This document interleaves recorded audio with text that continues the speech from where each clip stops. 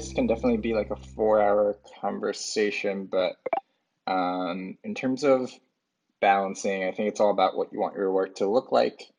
But I think it's also important to remember why you're doing something and understand the history of a certain trend or aesthetic and make sure you're not um, borrowing something that doesn't need to be borrowed.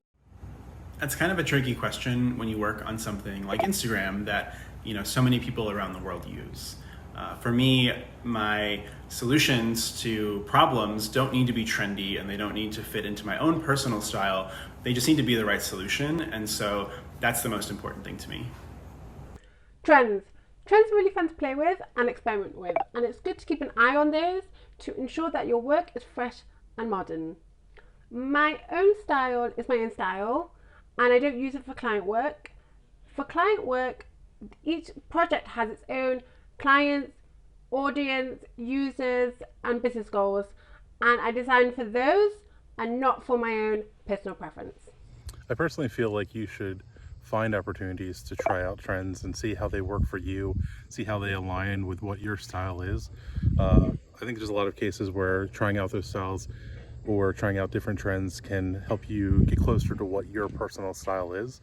And I think that just making sure that you have the ability to do that, whether through personal work or side projects, and making sure that you're, making a concerted effort to expand what you think your work should look like or feel like.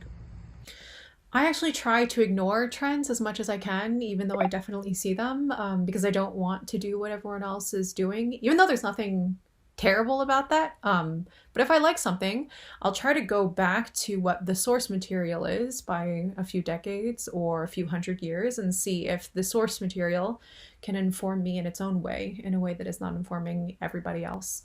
I'm not hugely interested in UI trends and specifically applying them to products I work on. What matters a little bit more to me is how I conduct myself as a designer. So I'm more fascinated by ethical design and specifically designing for truth. There is no shortage of design trends. Every year, there is a cool new style or aesthetic that everyone loves. It's tempting to approach every design problem with the latest trend. However, I encourage you to focus on solving design problems with the best tools for the job. Not the latest, not the coolest, the best tools. That's how you find your style.